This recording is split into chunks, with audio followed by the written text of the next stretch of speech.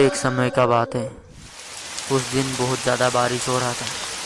तभी गांव का सरपंच दौड़ दौड़ के आता है और फिर वो बोलता है, अरे आप लोग का क्या हुआ? आप इतना परेशान क्यों लग रहे हो? अरे सरपंच जी, क्या तुमको पता नहीं है? वो जो गांव का पुजारी है, वो सबको श्राप दिया है कि 7 बजे जो भी गांव से निकलेगा वो मर जाएगा। और तुमको पता है कि नहीं, वो जो रमेश लड़का है वो आज ही गांव में आने वाला है। शायद आते आते रात हो जाएगा। उसे कुछ ना हो इसीलिए मैं गांव की रास्ते में जाकर उसका इंतज़ार करूंगा। और इधर शहर में रहता था रमेश नाम का एक लड़का। रमेश दिल से साफ था और बहुत अच्छा लड़का था। अरे दोस्त, मुझे कुछ दिन के लिए गांव जाना पड़ेगा। वैसे तो मुझे आज जाना था, लेकिन ट्रेन मिस होने के कारण मैं कल जाऊंगा। फिर रात को रमेश गांव में आता है।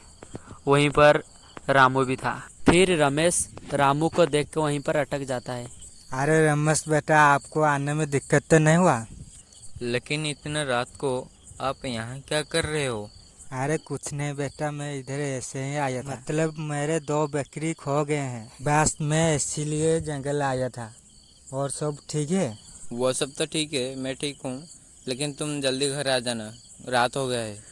फिर रमेश ऐसा बोल के गांव में आ जाता है। गांव बहुत अंधेरा था और बहुत सुनसान था, लेकिन गांव के लोग सो चुके थे। फिर वो रमेश अच्छी तरह जब गांव में घुसता है, वो सुनसान देख के डर जाता है। गांव के लोग सारे सो चुके थे। अरे अभी तो 7 बजे हैं, लेकिन गांव के लोग सब सो रहे हैं। ये सब गांव में क्या हो रहा है? फिर रमेश उसकी घर की तरफ जाता है। फिर अचानक अरे ये क्या था? शायद ये मेरा भ्रम था।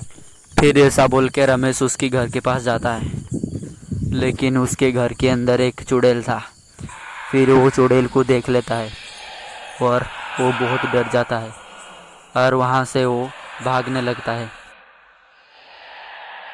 फिर रमेश बहुत डर गया था और फिर वो दौड़ दौड़ के गांव के पास एक ब्राह्मण के पास आ जाता है और फिर वो सीधे ब्राह्मण को हाथ जोड़ के बैठ जाता है। अरे बेटा, आपको क्या हुआ? आप अभी ठीक तो हो? ब्राह्मण जी, मैं आज ही घर आया हूँ, लेकिन मेरे घर में एक चुड़ैल है। क्या आप मुझे बता सकते हैं वो चुड़ैल मेरे घर में क्या कर रहा है? तो सुनो, आज से 2 साल का बात है। आज से 2 साल की बात। एक औरत ने रात के अंधेरे में दौड़ दौड़ के आता है। वो गांव में आ जाता है। फिर गांव वालों से बोलता है कि मैं बहुत भूखी हूँ, क्या तुम मेरे को कुछ खाने को दे सकते हो? लेकिन गांव वालों ने उस लड़की को वहाँ से निकाल दिया। फिर वो बेचारी भूखी प्यास रास्ते में जा रहा था। फिर वो वहीं पे भूखी प्यास गिर के मर जाता है।